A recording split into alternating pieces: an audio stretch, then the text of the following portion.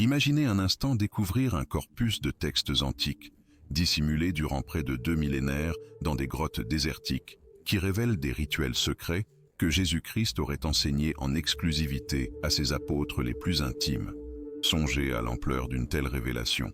Nous parlons ici des manuscrits de la Mer Morte, l'une des découvertes archéologiques les plus capitales de l'histoire de l'humanité, demeurée dans l'ombre jusqu'au milieu du XXe siècle. Ces documents ne sont pas de simples parchemins anciens accumulant la poussière dans un musée. Ils sont des fenêtres directes sur des pratiques spirituelles délibérément occultées, des textes que nous connaissons aujourd'hui sous le nom de Bible traditionnelle. Lorsque l'on saisit la véritable teneur de ces manuscrits, notre perspective sur le christianisme primitif s'en trouve radicalement transformée. Il ne s'agit pas ici de théories conspirationnistes ou de spéculations gratuites. Nous parlons de preuves archéologiques tangibles, de textes rédigés en araméen et en hébreu ancien, préservés par le climat aride du désert durant près de 2 millénaires. Ces documents nous révèlent une version du christianisme radicalement différente de celle transmise par les institutions religieuses officielles. Les manuscrits révèlent que Jésus n'était pas un simple prédicateur itinérant ou un réformateur religieux ordinaire. Il était le chef d'une communauté spirituelle hautement structurée, pratiquant des rituels spécifiques de purification, de méditation et de communion directe avec le divin. Ces rituels étaient jugés si sacrés et puissants que seuls les disciples les plus dévoués et préparés y avaient accès. C'était un savoir ésotérique, transmis oralement de maître à disciple, complété par des textes écrits qui étaient jalousement gardés et protégés. La découverte de ces manuscrits s'est produite de manière quasi miraculeuse. Imaginez un jeune berger bédouin en 1947, cherchant une chèvre égarée sur les escarpements rocheux près de la Mer Morte. Il jette une pierre dans l'une des nombreuses grottes de la région, espérant effrayer l'animal et le faire sortir. Mais au lieu du bruit de sabots s'enfuyant, il perçoit le son caractéristique de la poterie qui se brise. Intrigué, le berger décide d'investiguer et découvre des jarres d'argile contenant des parchemins conservés depuis près de 2000 ans. Cette trouvaille fortuite allait devenir l'une des révélations archéologiques les plus significatives de l'ère moderne. Ce qui rend ces manuscrits encore plus fascinants, c'est le fait qu'ils furent produits par la communauté essénienne de Qumran, un groupe religieux juif vivant en retrait dans le désert. Les chercheurs ont découvert que cette communauté partageait des pratiques et des croyances étonnamment similaires à celles décrites dans les évangiles comme étant enseignées par Jésus. Certains spécialistes vont jusqu'à suggérer que Jésus aurait pu avoir un contact direct avec cette communauté, voire même avoir été influencé par ses enseignements et ses pratiques spirituelles. Ces textes antiques nous révèlent des rituels de baptême qui allaient bien au-delà de la simple immersion dans l'eau. Ils décrivent des cérémonies complexes de purification impliquant des jeûnes prolongés, des prières spécifiques récitées à des moments précis de la journée et des pratiques de méditation permettant aux participants d'expérimenter des états de conscience altérés. C'était une tradition spirituelle sophistiquée, avec des niveaux progressifs d'initiation, où chaque étape dévoilait des connaissances plus profondes sur la nature de la réalité divine et le but de l'existence humaine. Les manuscrits contiennent également des descriptions détaillées de repas sacrés qui étaient célébrés en communauté. Il ne s'agissait pas de simples dîners sociaux, mais de cérémonies empreintes d'un symbolisme spirituel profond. Chaque aliment consommé avait une signification spécifique. Chaque geste durant le repas portait une intention rituelle, et l'ensemble du processus était dirigé par des leaders spirituels ayant passé des années en préparation et purification. Ces pratiques font écho de manière saisissante aux descriptions de la scène dans les évangiles, suggérant que Jésus suivait des traditions rituelles bien plus anciennes et élaborées que nous ne l'imaginons généralement. Si vous vous interrogez sur la raison pour laquelle ces connaissances ne font pas partie du christianisme dominant, préparez-vous, car nous allons explorer précisément cette question tout au long de cette analyse. La réponse implique la politique religieuse, des décisions prises par des conciles de l'Église des siècles après la mort de Jésus, et la suppression délibérée de textes jugés inopportuns pour la doctrine officielle qui était en train d'être établie. Pour véritablement saisir l'importance des manuscrits de la Mer Morte, il est impératif de comprendre le contexte historique de la Palestine au 1er siècle de notre ère. C'était une période d'intense effervescence religieuse et politique. Le peuple juif vivait sous l'occupation romaine, mais maintenait vivante son identité religieuse à travers diverses mouvances et mouvements spirituels. Les pharisiens se concentraient sur l'étude et l'interprétation de la loi juive. Les Sadducéens contrôlaient le temple et entretenaient des relations politiques avec les occupants romains. Mais il y avait aussi des groupes moins connus, tels que les Esséniens, qui avaient choisi de s'éloigner de la société urbaine corrompue pour établir des communautés spirituelles dans le désert.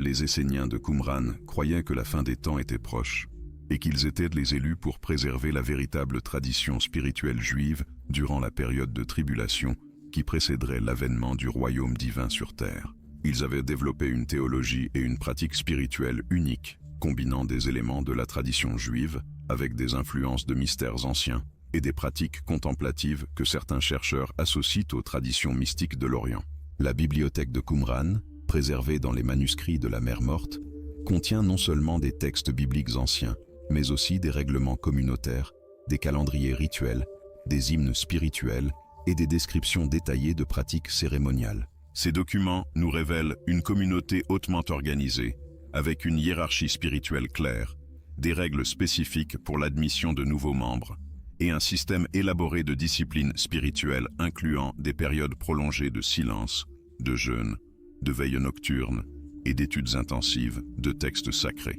Les rituels décrits dans les manuscrits impliquent l'usage d'eau bénite lors de cérémonies de purification qui avaient lieu plusieurs fois par jour. Mais il ne s'agissait pas de simplement se laver les mains ou de prendre un bain. C'était un processus cérémoniel complexe,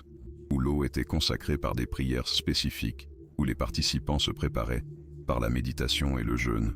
et où l'ensemble du rituel était mené dans des lieux considérés comme sacrés au sein de la communauté. Ces pratiques de purification étaient considérées comme essentielles pour maintenir la communauté dans un état de sainteté constante, prête à la rencontre directe avec le divin.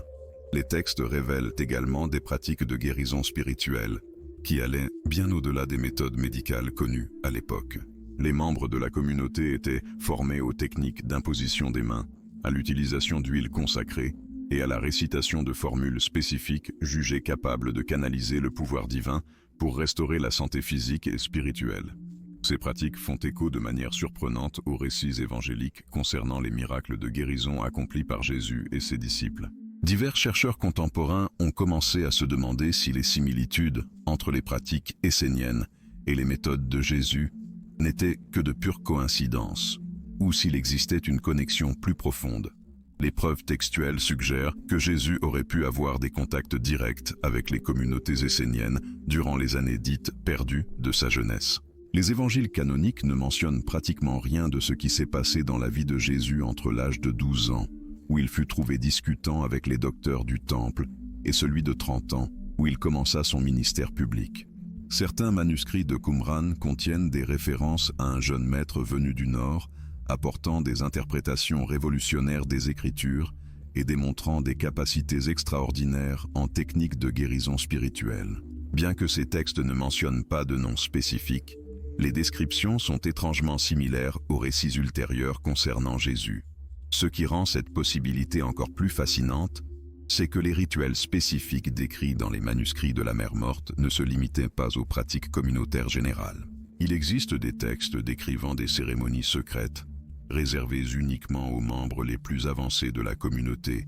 ceux qui avaient passé des années de préparation et démontré une capacité à maintenir un secret absolu sur les enseignements les plus profonds. Ces cérémonies secrètes impliquaient des techniques de respiration spécifiques, des postures corporelles précises et l'usage de mots sacrés jugés si puissants que leur prononciation incorrecte aurait pu avoir des conséquences périlleuses. Les textes mentionnent que ces pratiques permettaient aux initiés d'expérimenter des états de conscience altérés où ils pouvaient recevoir des visions directes du royaume céleste et communiquer avec des entités angéliques. Les similitudes entre ces descriptions et les récits évangéliques concernant les moments de transfiguration et d'extase spirituelle de Jésus sont frappantes. Lorsque Jésus monta sur la montagne et fut transfiguré devant Pierre, Jacques et Jean, les disciples rapportèrent avoir vu leur maître en communication directe avec Moïse et Élie, figures représentant la loi et les prophètes. Les manuscrits de Qumran décrivent des expériences très similaires,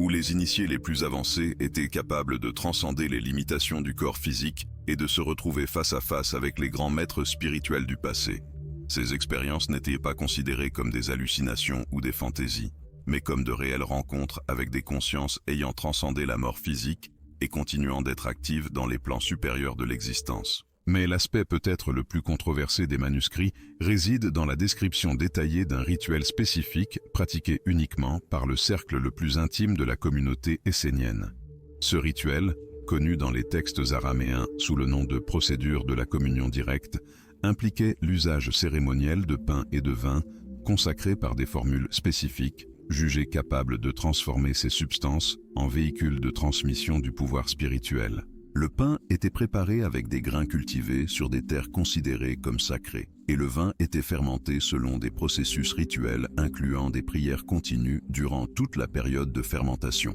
Durant la cérémonie, le leader spirituel consacrait ces éléments par des gestes précis et des paroles jugées si sacrées que seuls quelques initiés en connaissaient la prononciation correcte. Les participants au rituel ne se contentaient pas de manger et de boire ces éléments. Ils suivaient une séquence spécifique de préparation, incluant un jeûne prolongé, une purification rituelle par des bains cérémoniels et une période de méditation silencieuse, où ils concentraient leur attention sur des états internes spécifiques. Lorsqu'ils consommaient enfin les éléments consacrés, ils rapportaient des expériences d'union mystique avec le divin, des sensations de dissolution des barrières entre l'individuel et l'universel, et la capacité de percevoir des réalités spirituelles normalement occultées à la conscience ordinaire. Les textes décrivent que ce rituel créait une sorte de communion spirituelle entre tous les participants, où les consciences individuelles fusionnaient temporairement en une conscience collective étendue. Les similitudes entre cette cérémonie et la scène décrite dans les évangiles sont si spécifiques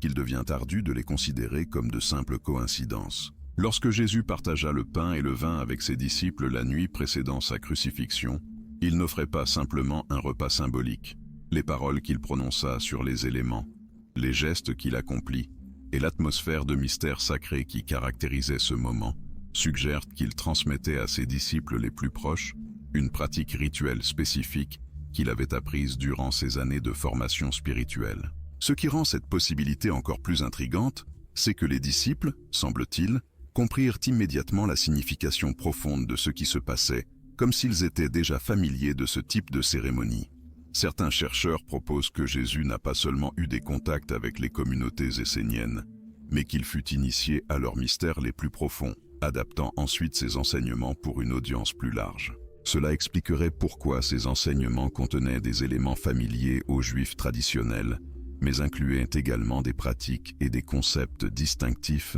des traditions spirituelles plus ésotériques de son époque. La capacité de Jésus d'accomplir des guérisons instantanées, de multiplier les aliments, de marcher sur les eaux et de ressusciter les morts ne seraient pas des miracles surnaturels, mais des applications avancées de connaissances spirituelles précises qu'il aurait maîtrisées par un entraînement systématique au sein de communautés comme Qumran.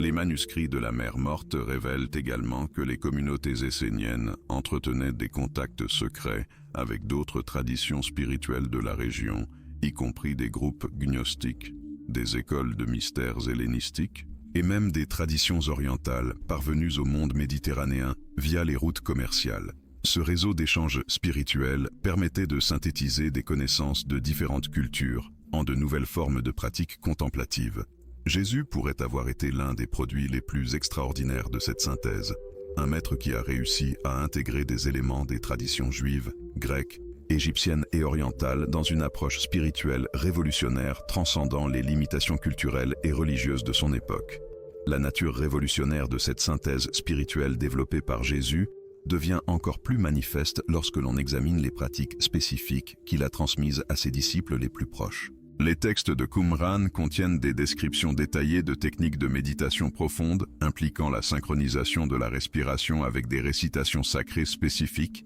créant des états de conscience altérés qui permettaient aux pratiquants d'accéder à des dimensions spirituelles normalement imperceptibles. Ces pratiques n'étaient pas de simples exercices mentaux ou physiques, mais des méthodes précises de transformation de la conscience qui exigeaient des années d'entraînement systématique pour être pleinement maîtrisées.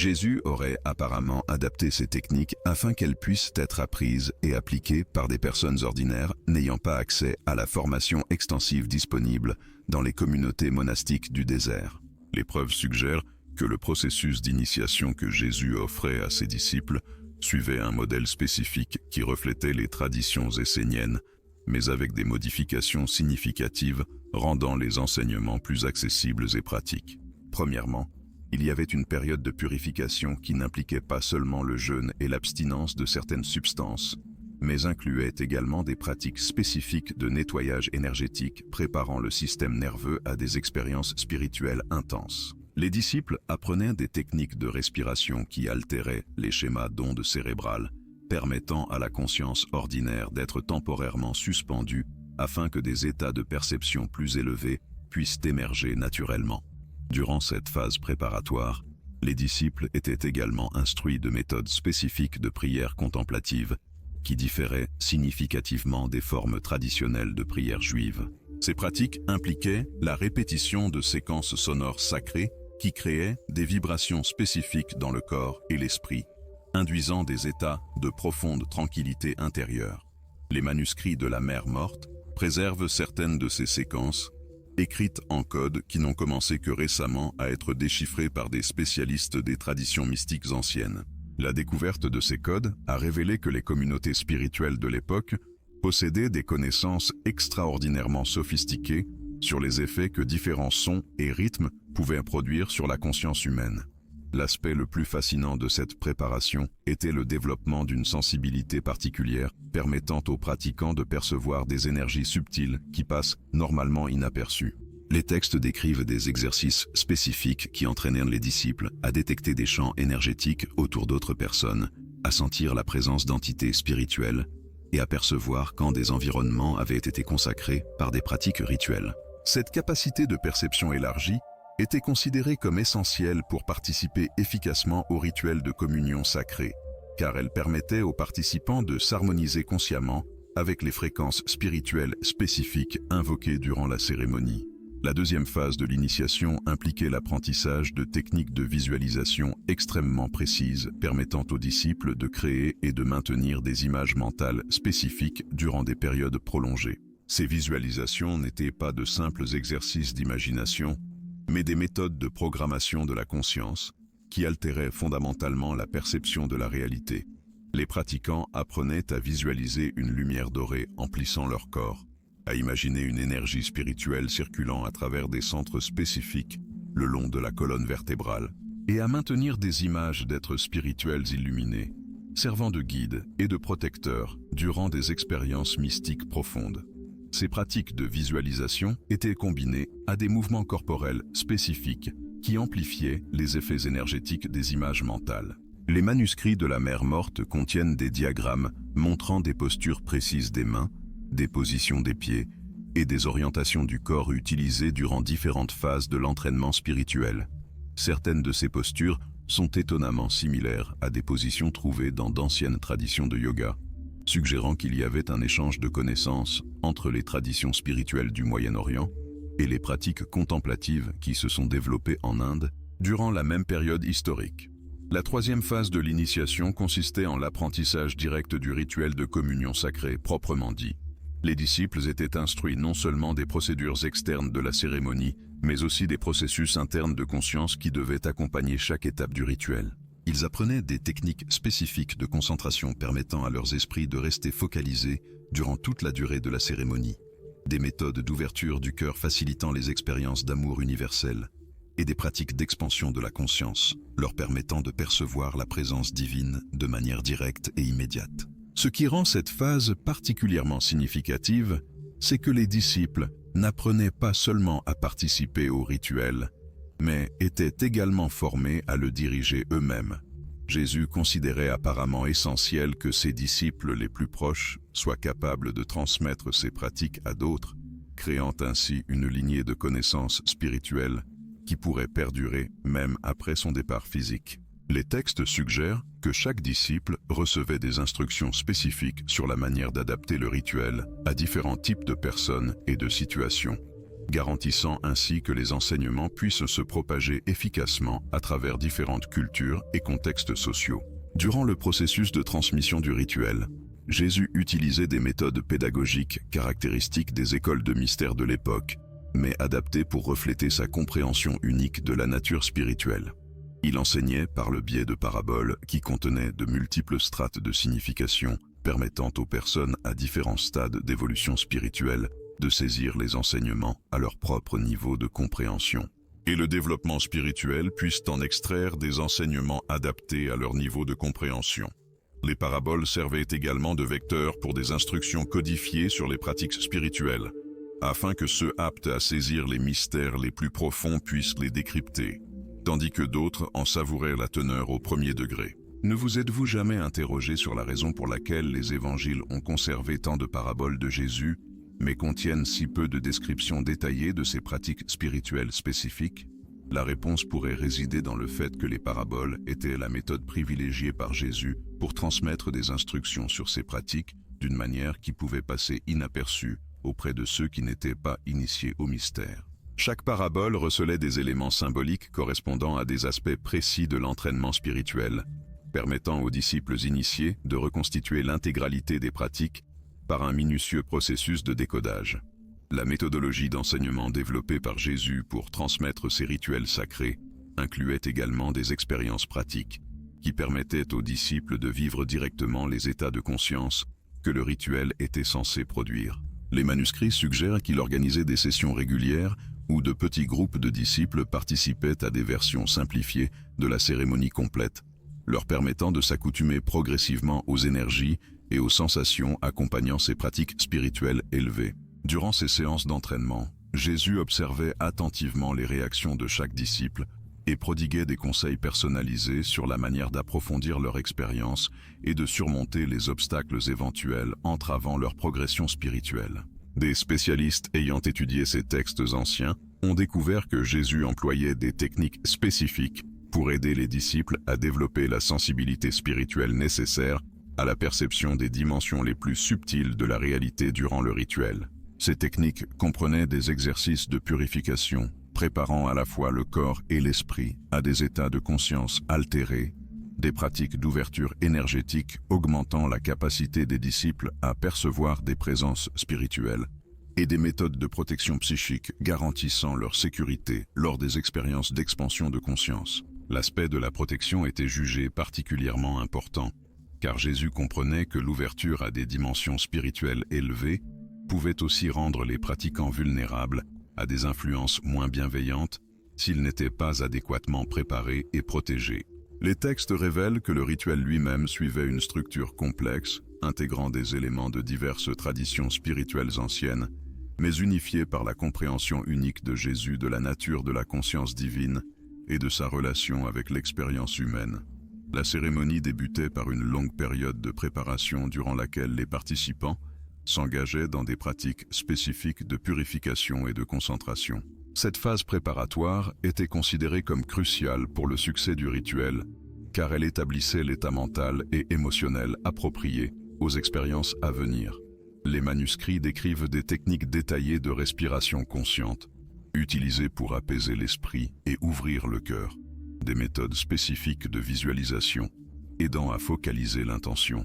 et des pratiques d'invocation, établissant une connexion avec des présences spirituelles élevées. Après la préparation initiale, les participants s'engageaient dans la partie centrale du rituel, qui impliquait la création d'un espace sacré par des procédures cérémonielles spécifiques. Ce processus comprenait la consécration des éléments physiques qui seraient utilisés, l'invocation d'une protection spirituelle pour tous les présents,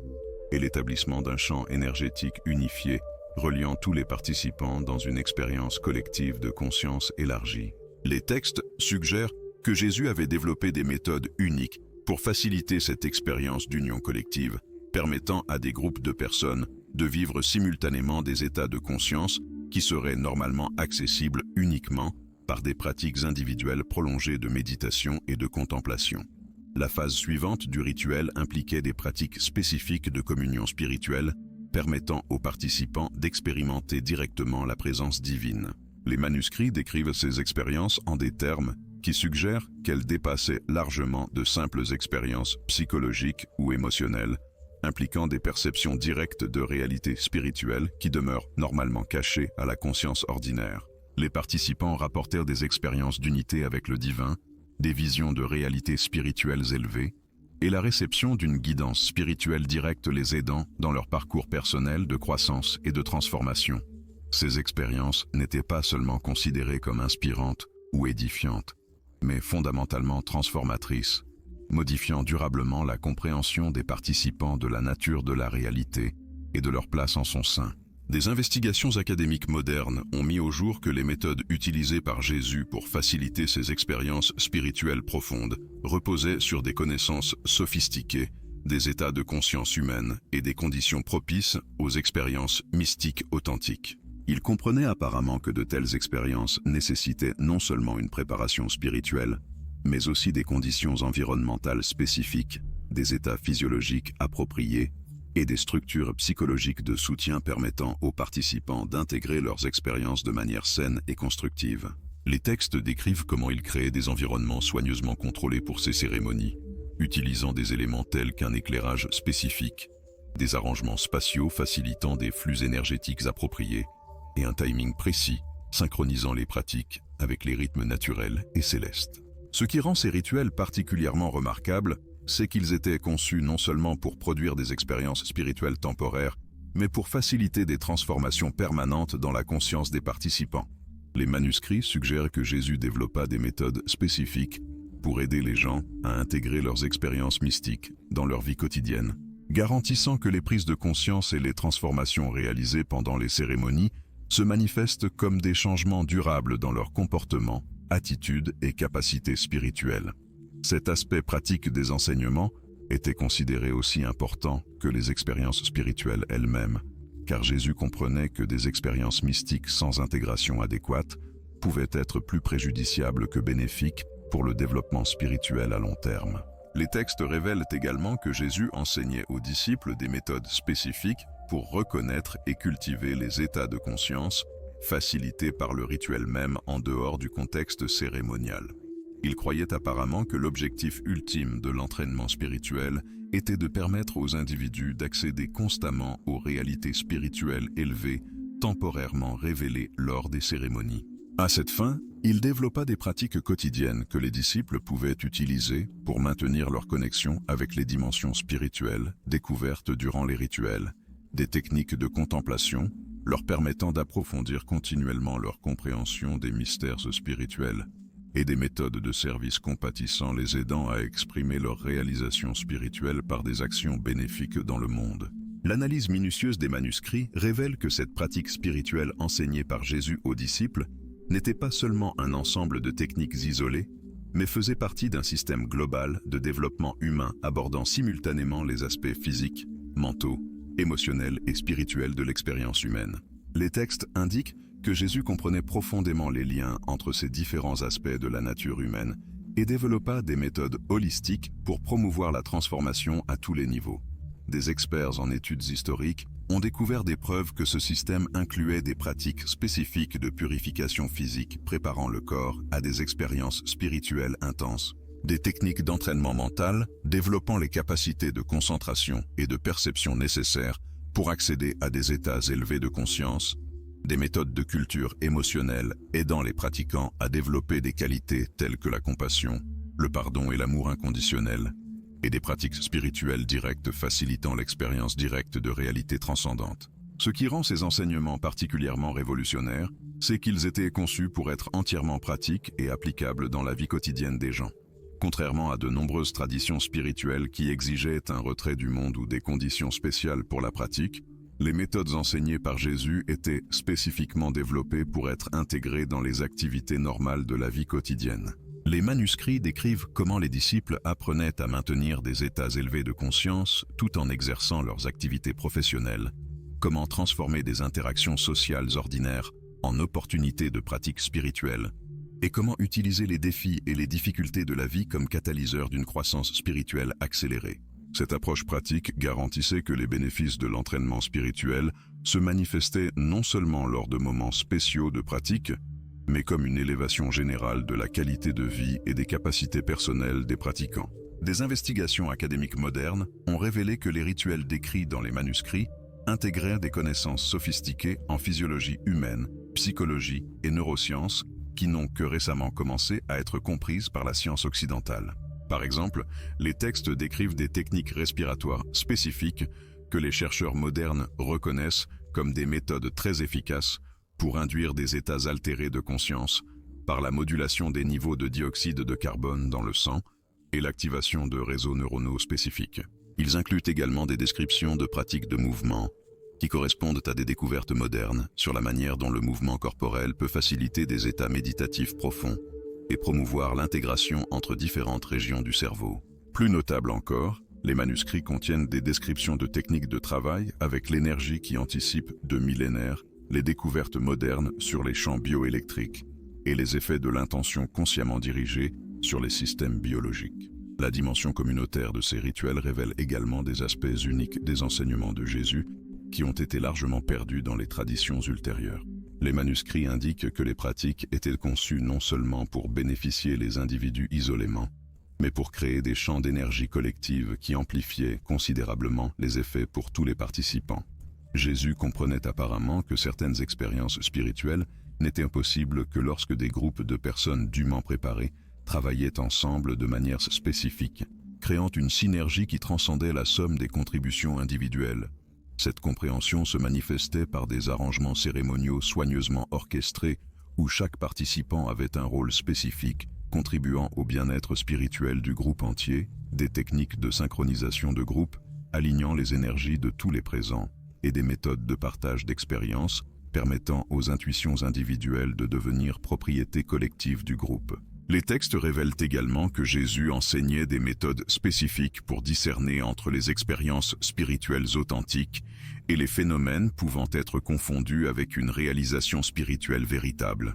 Il reconnaissait apparemment que le territoire des expériences non ordinaires de la conscience pouvait être complexe et potentiellement dangereux pour les pratiquants inexpérimentés, et développa des lignes directrices claires pour aider les disciples à naviguer ces domaines avec sécurité et sagesse. Ces lignes directrices incluaient des critères spécifiques pour évaluer l'authenticité des expériences spirituelles basées sur les fruits qu'elles produisaient dans la vie pratique du pratiquant,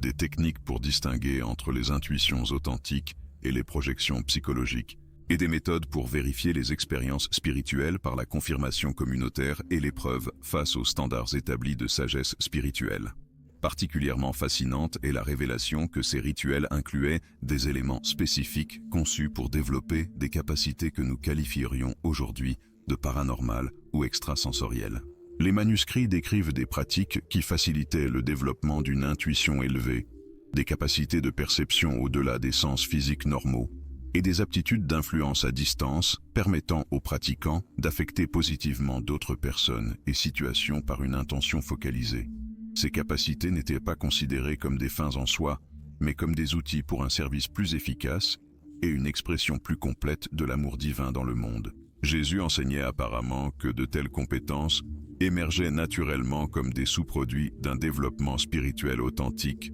et que les tentatives de les cultiver directement sans le fondement approprié de purification et de maturité spirituelle pouvaient être préjudiciables, tant pour le pratiquant que pour autrui. L'aspect peut-être le plus révolutionnaire des enseignements révélés dans les manuscrits est la compréhension que chaque personne possède un potentiel inhérent pour l'expérience directe de la divinité. Contrairement aux interprétations ultérieures qui ont positionné Jésus comme unique médiateur entre l'humanité et le divin, les textes suggèrent qu'il voyait sa mission comme celle d'éveiller et de faciliter la réalisation du potentiel divin qui existe naturellement en chaque être humain. Les rituels étaient conçus spécifiquement pour révéler cette nature divine intérieure et fournir des méthodes pratiques pour son expression croissante dans la vie quotidienne. Cette perspective démocratique de la spiritualité, où chaque personne a un accès direct aux vérités spirituelles les plus élevées, représentait une approche radicalement différente de l'organisation religieuse hiérarchique qui se développa au cours des siècles suivants. Les manuscrits préservent également des descriptions détaillées de la manière dont Jésus adaptait ses enseignements aux besoins spécifiques et au niveau de développement des différents disciples. Il reconnaissait apparemment que la croissance spirituelle authentique exige des approches individualisées qui tiennent compte de l'histoire personnelle, du tempérament, des capacités actuelles et des objectifs spécifiques de chaque pratiquant. Cette personnalisation se manifestait tant dans les types de pratiques prescrites pour différentes personnes que dans les explications et les cadres conceptuels utilisés pour rendre les enseignements accessibles et pertinents pour chaque individu. Les textes suggèrent que Jésus était extraordinairement habile à percevoir exactement ce dont chaque personne avait besoin pour son prochain pas de développement et à fournir une orientation à la fois stimulante et durable. Dans cette compréhension personnalisée du développement spirituel, les manuscrits révèlent que Jésus enseignait des méthodes spécifiques aux apôtres pour développer leur propre capacité de discernement spirituel et de guidance intuitive. Il ne s'agissait pas seulement d'exercices théoriques, mais de pratiques intensives conçues pour affiner la sensibilité des disciples aux dimensions les plus subtiles de la réalité et les habiliter à servir de guides spirituels efficaces pour d'autres chercheurs. Les techniques incluaient des périodes structurées de contemplation silencieuse où les pratiquants apprenaient à distinguer entre différents types d'impressions internes, des exercices d'attention concentrée, développant la capacité à maintenir un focus stable même au milieu de distractions intenses, et des pratiques d'ouverture réceptive permettant l'accès à des sources de sagesse au-delà de l'esprit rationnel ordinaire. Particulièrement notable est l'accent mis sur le développement de ce que les textes appellent la compassion active, une qualité qui combine une perception empathique profonde avec une capacité de réponse habile aux besoins perçus. Les manuscrits décrivent des exercices spécifiques où les disciples s'entraînaient à s'accorder à l'état intérieur d'autres personnes, non par une analyse mentale, mais par une forme de résonance empathique permettant une compréhension directe de l'expérience d'autrui. Cette capacité était ensuite combinée à un entraînement aux méthodes appropriées pour offrir une assistance, que ce soit par une présence silencieuse, des paroles d'encouragement, une orientation pratique ou des interventions énergétiques subtiles que les textes suggèrent que Jésus maîtrisait parfaitement. Les dimensions énergétiques des enseignements représentent peut-être l'aspect le plus fascinant et le moins compris des rituels préservés dans les manuscrits de la Mer Morte. Les textes décrivent une compréhension sophistiquée de la manière dont différentes qualités d'énergie de conscience affectent à la fois le pratiquant individuel et son environnement. Jésus enseignait apparemment que les êtres humains irradient constamment des champs d'influence subtils qui reflètent leur état intérieur de développement et que le travail spirituel authentique se traduit naturellement par des qualités d'irradiation qui favorisent la guérison, l'harmonie et l'éveil chez les autres. Les rituels incluaient des pratiques spécifiques pour cultiver et affiner ces qualités énergétiques, depuis des exercices de purification de base qui éliminaient les blocages et les distorsions accumulées, jusqu'à des techniques avancées pour générer et diriger consciemment des énergies de guérison et de transformation. Les manuscrits suggèrent que Jésus considérait cette capacité d'influence énergétique positive non pas comme un pouvoir personnel à accumuler, mais comme une responsabilité naturelle qui émerge avec une croissance spirituelle authentique. Plus une personne s'aligne avec sa nature divine intérieure, plus sa présence contribue automatiquement au bien-être et au développement de tous ceux qui l'entourent. Cette compréhension énergétique s'étendait également aux environnements physiques où les pratiques spirituelles étaient réalisées. Les textes préservent des descriptions détaillées de la manière dont des espaces spécifiques étaient préparés et consacrés pour faciliter des états élevés de conscience et une expérience spirituelle profonde. Cela incluait non seulement des arrangements physiques comme l'orientation géographique, l'utilisation d'éléments naturels spécifiques et la création d'atmosphères favorisant l'intériorisation, mais aussi des méthodes pour imprégner les espaces de qualités énergétiques qui soutenaient et amplifiaient les effets des pratiques qui y étaient effectuées. Jésus enseignait apparemment que l'environnement externe et l'état intérieur des pratiquants existent dans une relation dynamique d'influence mutuelle et qu'une attention minutieuse aux deux aspects maximise l'efficacité du travail spirituel. Les manuscrits décrivent des rituels spécifiques pour établir et maintenir ces espaces sacrés, y compris des techniques de purification énergétique, des méthodes pour invoquer et ancrer des qualités spirituelles spécifiques dans l'environnement physique, et des pratiques de protection qui préservaient l'intégrité des espaces contre les influences perturbatrices. Un aspect particulièrement révolutionnaire des enseignements révélés dans les manuscrits est la compréhension que le travail spirituel authentique implique nécessairement un engagement actif avec les dimensions pratiques de la vie quotidienne. Contrairement aux interprétations ultérieures qui ont séparé la spiritualité de l'engagement mondain, Jésus enseignait apparemment que la réalisation spirituelle véritable doit se manifester à travers d'un service efficace dans le monde et d'une contribution tangible au bien-être de la communauté humaine au sens large. Les rituels englobaient des pratiques spécifiques, conçues pour intégrer les aperçus spirituels aux capacités pratiques, depuis des exercices développant des compétences de communication claires et persuasives, jusqu'à des techniques permettant de maintenir un équilibre et une perspective spirituelle, même au cœur d'activités profanes particulièrement exigeantes. Les textes suggèrent que Jésus considérait cette intégration entre les dimensions spirituelles et pratiques comme la marque distinctive d'une maturité spirituelle authentique, et que toute approche négligeant l'une ou l'autre de ces dimensions aboutirait à un développement incomplet, voire potentiellement dévoyé.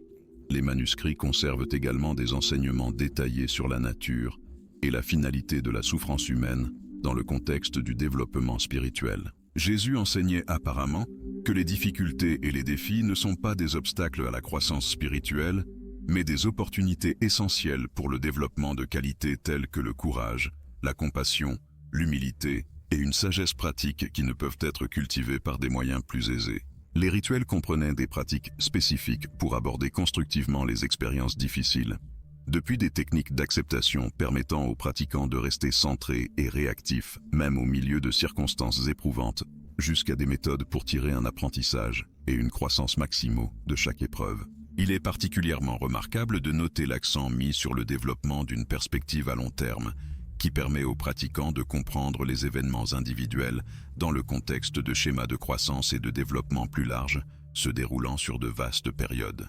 Cette perspective élargie permettait apparemment aux disciples de maintenir leur foi et leur cap, même durant les périodes de confusion ou de recul apparent dans leur cheminement spirituel. La dimension communautaire des enseignements représente un autre aspect crucial, largement oublié dans les interprétations ultérieures. Les manuscrits révèlent que Jésus enseignait des pratiques spécifiques pour créer et soutenir des communautés spirituelles qui favorisaient la croissance individuelle de chaque membre, tout en générant simultanément des qualités collectives de sagesse, de compassion et de puissance spirituelle qui transcendaient les capacités de tout individu isolé. Ces enseignements communautaires comprenaient des méthodes pour prendre des décisions collectives fondées sur une guidance spirituelle partagée, des techniques pour résoudre les conflits de manière à renforcer plutôt qu'à affaiblir les liens communautaires, et des pratiques pour coordonner les énergies individuelles au service d'objectifs communs, sans pour autant supprimer l'authenticité ou l'épanouissement unique de chacun. Les textes suggèrent que Jésus voyait ces communautés spirituelles comme des laboratoires pour expérimenter des formes d'organisation sociale plus élevées, fondées sur l'amour, la sagesse et la coopération consciente, plutôt que sur les schémas habituels de compétition, de domination et de manipulation qui caractérisaient les structures sociales conventionnelles de son époque. Dans ce contexte communautaire, les manuscrits conservent des descriptions fascinantes de la manière dont les décisions importantes étaient prises, par des processus combinant une profonde réflexion individuelle, un dialogue ouvert et honnête entre tous les membres, et des périodes de contemplation silencieuse collective où la communauté dans son ensemble recherchait une guidance spirituelle sur des questions spécifiques. Jésus enseignait apparemment que lorsque des groupes d'individus sincèrement engagés dans la croissance spirituelle et le service du bien commun se réunissent dans un état d'ouverture réceptive, ils peuvent accéder à des niveaux de sagesse et de clarté inaccessibles aux personnes travaillant isolément. Cette sagesse collective n'était pas perçue comme un substitut à la responsabilité individuelle ou au discernement personnel, mais comme une ressource supplémentaire qui augmentait les capacités de chacun et permettait une prise de décision plus éclairée et efficace. Les textes décrivent des techniques spécifiques pour faciliter ces processus de discernement collectif, y compris des méthodes pour créer une atmosphère d'ouverture et d'honnêteté, des pratiques pour minimiser l'influence des agendas personnels ou des préjugés inconscients, et des exercices pour harmoniser le groupe avec des sources de guidance spirituelle qui transcendent les perspectives individuelles limitées. L'aspect peut-être le plus surprenant des manuscrits réside dans la révélation que Jésus enseignait une compréhension de la nature de la réalité bien plus nuancée et sophistiquée que ce qui est généralement admis. Les textes conservent des enseignements qui suggèrent une familiarité avec des principes que nous associerions aujourd'hui à la physique quantique, à la psychologie des profondeurs et à la théorie des systèmes complexes. Jésus comprenait apparemment que la réalité existe simultanément en multiples dimensions ou niveaux, que l'observateur et l'observé sont en relation dynamique d'influence mutuelle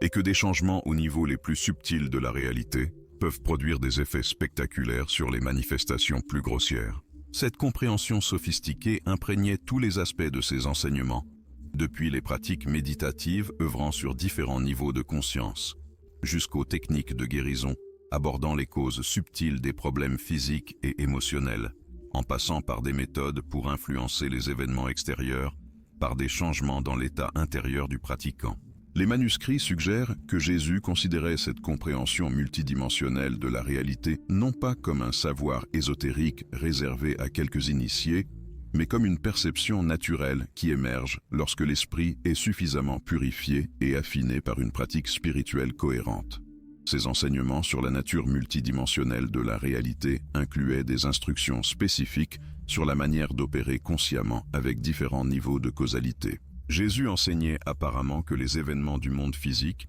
sont influencés par des facteurs opérant dans les dimensions énergétiques, émotionnelles, mentales et spirituelles, et qu'une intervention efficace requiert fréquemment un travail coordonné sur de multiples niveaux simultanément. Les rituels conservés dans les manuscrits comprennent des techniques pour identifier les niveaux de causalité les plus actifs dans des situations spécifiques, des méthodes pour accéder et opérer avec chaque niveau de manière appropriée, et des pratiques pour intégrer les changements effectués dans différentes dimensions en une transformation cohérente et durable. Particulièrement fascinante est la description de la manière dont les changements dans l'état de conscience du pratiquant peuvent affecter non seulement sa propre expérience, mais aussi les conditions et les possibilités offertes aux autres personnes dans sa sphère d'influence. Cette compréhension de l'interconnexion fondamentale de toute conscience imprégnait l'approche de Jésus, tant pour le développement personnel que pour le service compatissant, en soulignant que le travail le plus efficace que quiconque puisse accomplir pour aider autrui est l'affinage continu de son propre état intérieur. Les manuscrits révèlent également que Jésus enseignait des pratiques spécifiques pour œuvrer avec ce que nous appellerions aujourd'hui l'inconscient collectif ou le champ morphogénétique de l'humanité. Il comprenait apparemment que les schémas de pensée, d'émotion et de comportement sont influencés non seulement par des facteurs personnels et environnementaux immédiats, mais aussi par des tendances collectives qui opèrent à des niveaux plus subtils de la réalité. Les rituels incluaient des techniques pour s'harmoniser avec ces influences collectives, des méthodes pour distinguer entre les impulsions qui servent le bien-être individuel et collectif authentique et celles qui perpétuent des schémas destructeurs ou limitatifs, ainsi que des pratiques pour contribuer consciemment à l'évolution positive de ces champs collectifs par la culture de qualité élevée de conscience. Jésus considérait apparemment que chaque personne avait la responsabilité non seulement de son propre développement, mais aussi de contribuer à l'élévation de la conscience humaine collective par son travail personnel de purification et d'affinage spirituel. Cette compréhension de la responsabilité collective s'étendait également aux enseignements sur la mort et la continuité de la conscience au-delà de l'existence physique. Les manuscrits conservent des descriptions de la manière dont Jésus préparait ses disciples à la transition de la mort, par des pratiques qui les familiarisaient avec des états de conscience indépendants du corps physique. Ce n'étaient dit pas de simples exercices théoriques, mais des expériences pratiques qui permettaient aux pratiquants de vérifier directement la continuité de leur identité essentielle, même lorsqu'elle était séparée des sensations et des processus corporels. Jésus enseignait apparemment qu'une compréhension claire de la nature immortelle de la conscience non seulement dissipe la peur de la mort, mais transforme aussi complètement la perspective sur la vie, permettant des décisions fondées sur des considérations à long terme qui transcendent les préoccupations de survie et de gratification immédiate. Les textes suggèrent que cette perspective élargie était considérée comme essentielle à une maturité spirituelle authentique et à un service efficace, car elle permettait aux pratiquants d'agir sur la base de principes et de valeurs durables, plutôt que de réagir uniquement aux circonstances temporaires. Les pratiques de préparation à la mort incluaient des techniques spécifiques pour maintenir une conscience claire durant les transitions d'état, des méthodes pour distinguer entre les aspects essentiels et non essentiels de l'identité personnelle, et des exercices pour cultiver un détachement sain qui permettait un engagement total dans la vie, sans un attachement désespéré à des résultats spécifiques. Jésus enseignait apparemment que la mort physique n'est qu'une transition parmi tant d'autres que la conscience expérimente continuellement, et que la familiarité avec les processus de transition en général développe une flexibilité et une adaptabilité qui servent le pratiquant dans tous les domaines de l'existence. Les manuscrits décrivent des rituels spécifiques pour marquer et faciliter diverses transitions importantes, depuis des changements relativement mineurs dans les circonstances de vie, jusqu'à des transformations fondamentales de l'identité et du dessin,